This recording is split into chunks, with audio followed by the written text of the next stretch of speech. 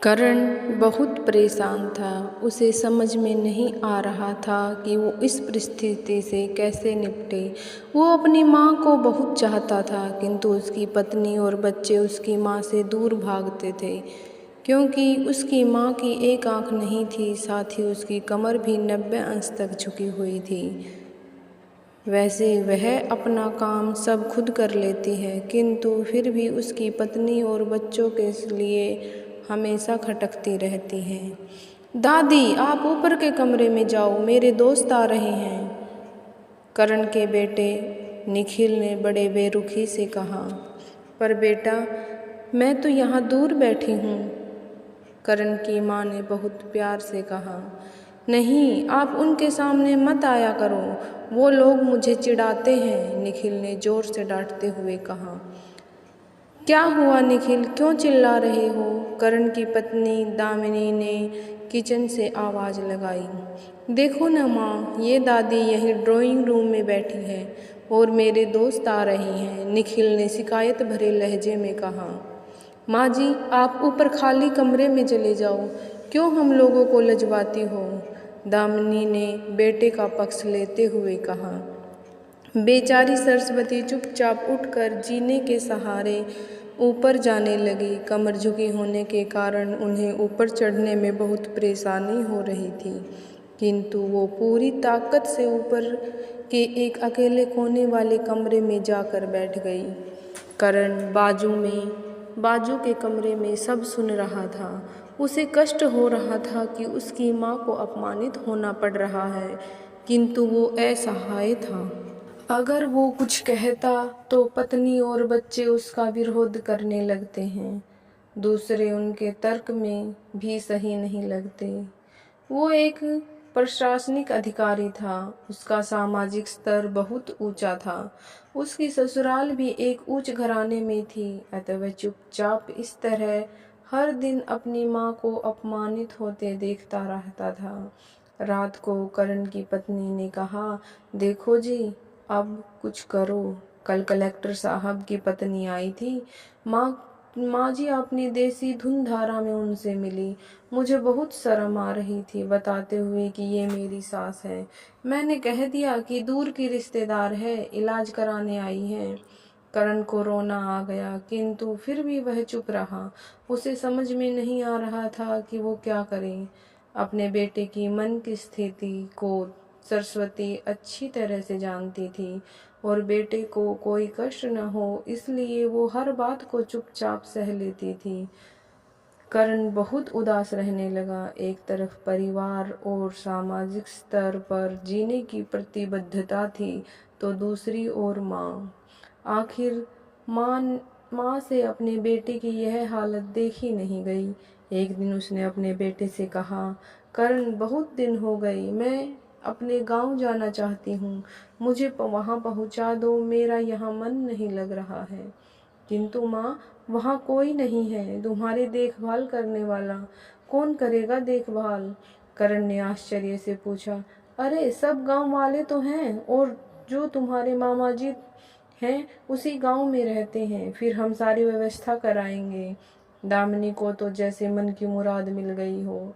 हाँ बेटा, बहू सही कह रही है, सरस्वती ने लंबी सांस लेते हुए कहा।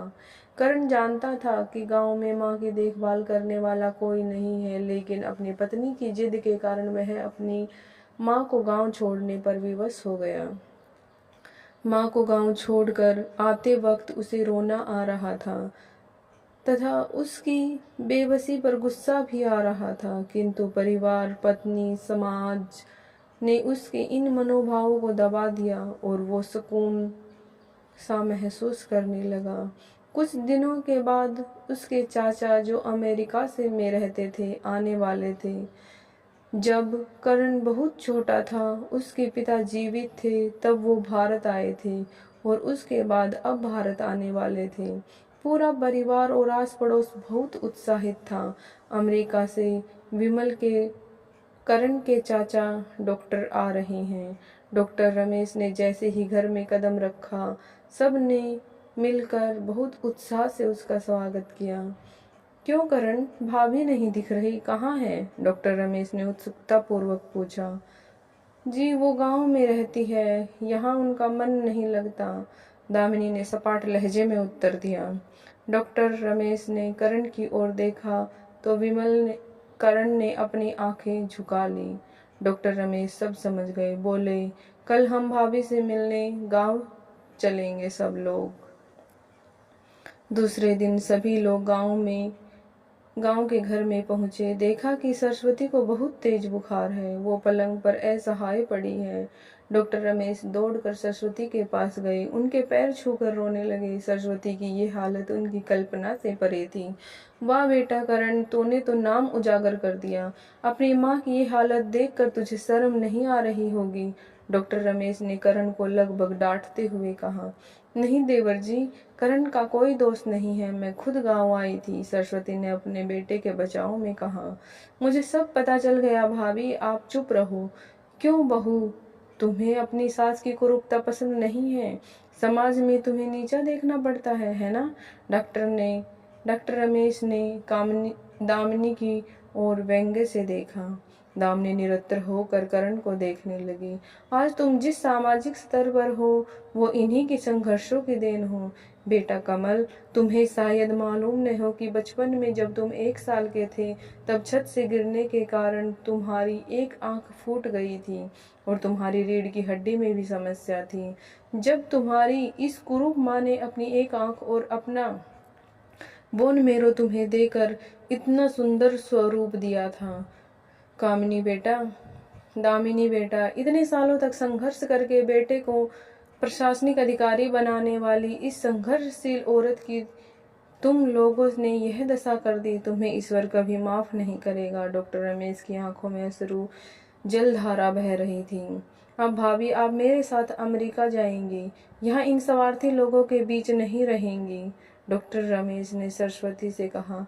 करण को तो काटो तो खून नहीं था। डॉक्टर रमेश जो उसके चाचा थे, उन्होंने जो राज बताया, उसके बाद कमल को यही लग रहा था कि उससे ज्यादा पापी इंसान इस दुनिया में और कोई भी नहीं है। वह दौड़ता गया और माँ सरस्वती के कदमों में लिपट गया। माँ, मेरा अपराध क्षमा के योग्य नहीं है, मैं जानबूझकर चुप्पी साधे रहा, आपका अपमान करवाता रहा।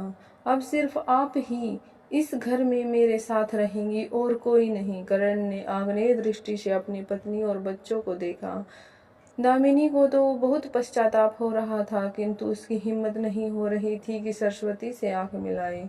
सरस्वती ने दामिनी की मनस्थिति को समझकर उसको पुचकारते हुए कहा, खबरदार, जो मेरी बहू को मुझसे अलग करने की कोशिश की तो तुझे ही घर से बाहर निकाल दूंगी।